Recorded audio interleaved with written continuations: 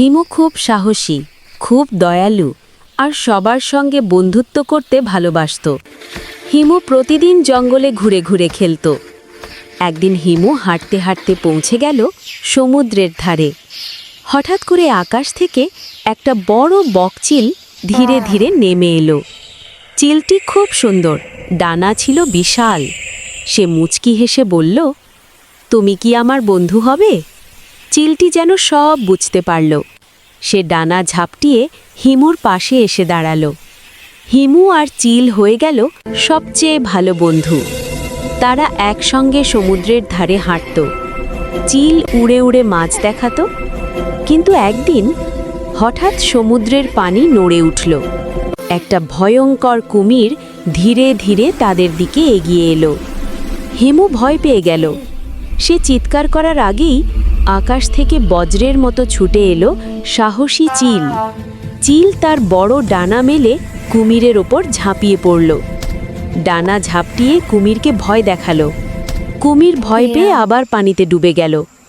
হিমু নিরাপদ। সে চিলকে জড়িয়ে ধরল। সুন্দর সুন্দর ভিডিও পেতে সাবস্ক্রাইব করুন।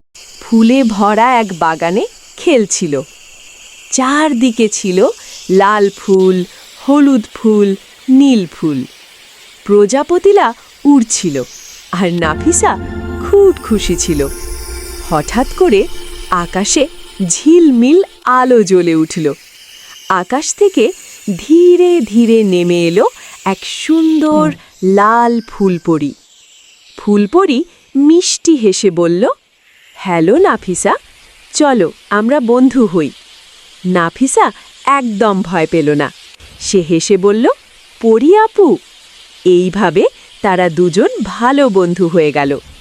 ফুলপরি বলল, নাফিসা, চলো তোমাকে আমার পরীর দেশে ঘুরিয়ে আনি।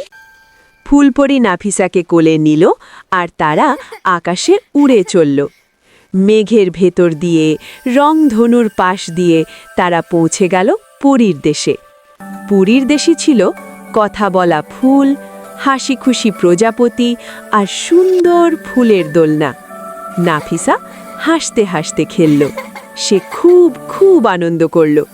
কিন্তু ফিরে আসার সময় হঠাৎ করে এক ভয়ঙ্কর দৈত্য তাদের পথ আটকাল। দৈত্য গর্জি উঠল, এই পথে যেতে পারবে না। নাফিসা একটু ভয় পেল। তখন ফুলপরি বলল, ভয় পেও না নাফিসা, আমি আছি। ফুলপরি তার ফুলের জাদু ছড়িয়ে দিল। চারদিকে আলো ছড়িয়ে পড়ল আর ফুল উড়তে লাগল। দৈত্য ভয় পেয়ে দৌড়ে পালিয়ে গেল। ফুলপরি তখন নাফিসাকে নিয়ে আবার উড়ে চলল তার বাড়ির দিকে। সে সবসময় বাবা মায়ের কাছেই নিরাপদ। এই কথা বলে ফুলপরি আকাশে উড়ে গেল। নাফিসা হাত নেড়ে বলল, বাই বাই পরি আপু। সুন্দর সুন্দর ভিডিও পেতে সাবস্ক্রাইব করুন। নীল আকাশ আর ঢেউ খেলানো সাগরের পাড়ে এক রুদ্রোজ্জ্বল সকালে খেলছিল নাফিসা। ছোট্ট পা দুটো দিয়ে সে কখনো বালিতে হাঁটছিল, কখনো ঝিনুক কুড়াচ্ছিল, আবার কখনো সাগরের ঢেউ দেখে হাততালি দিচ্ছিল। নাফিসার হাসিতে যেন পুরো সাগর পাড় আরও সুন্দর হয়ে উঠেছিল। হঠাৎ করে সাগরের পানি ছলাৎ করে উঠল। নাফিসা অবাক হয়ে তাকিয়ে দেখল একটি মিষ্টি আর বন্ধুসুলভ ডলফিন তার দিকে এগিয়ে আসছে।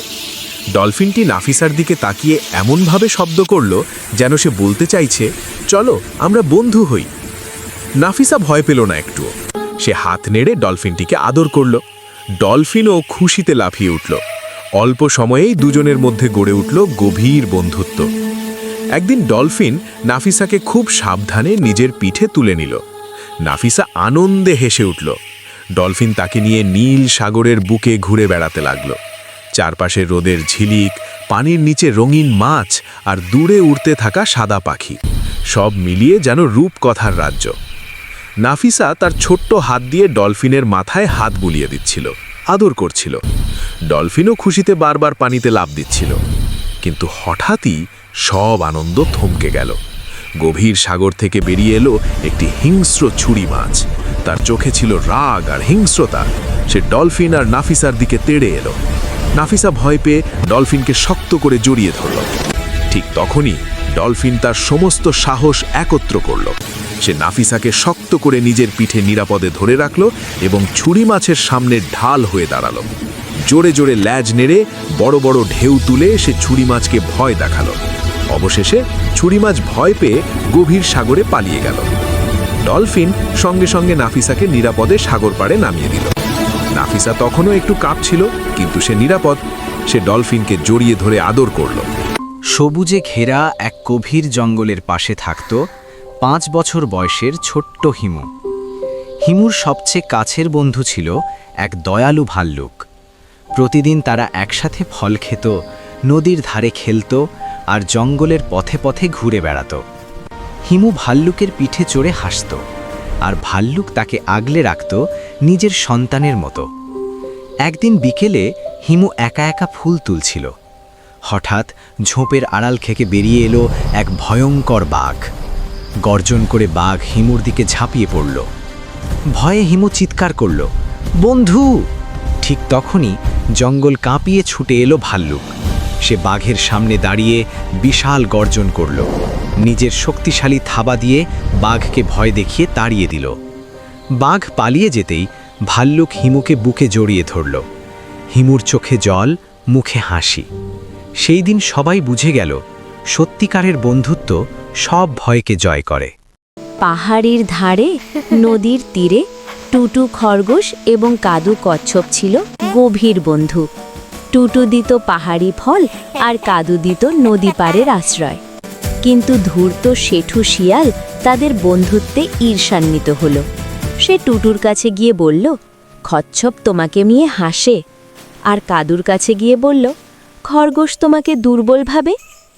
বন্ধুদের মনে সামান্য সন্দেহ এলো, তবে তারা বুদ্ধি করে একে অপরের সাথে কথা বলল এবং তখনই শেঠুর মিথ্যে ষড়যন্ত্র ধরে ফেলল। তারা শিয়ালকে তাড়িয়ে দিল। তাদের বুঝতে বাকি রইল না যে শক্তিশালী বন্ধুত্বকে কোনো চক্রান্ত দিয়েই ভাঙা যায় না। তারা আগের মতোই সুখে শান্তিতে বসবাস করতে লাগলো।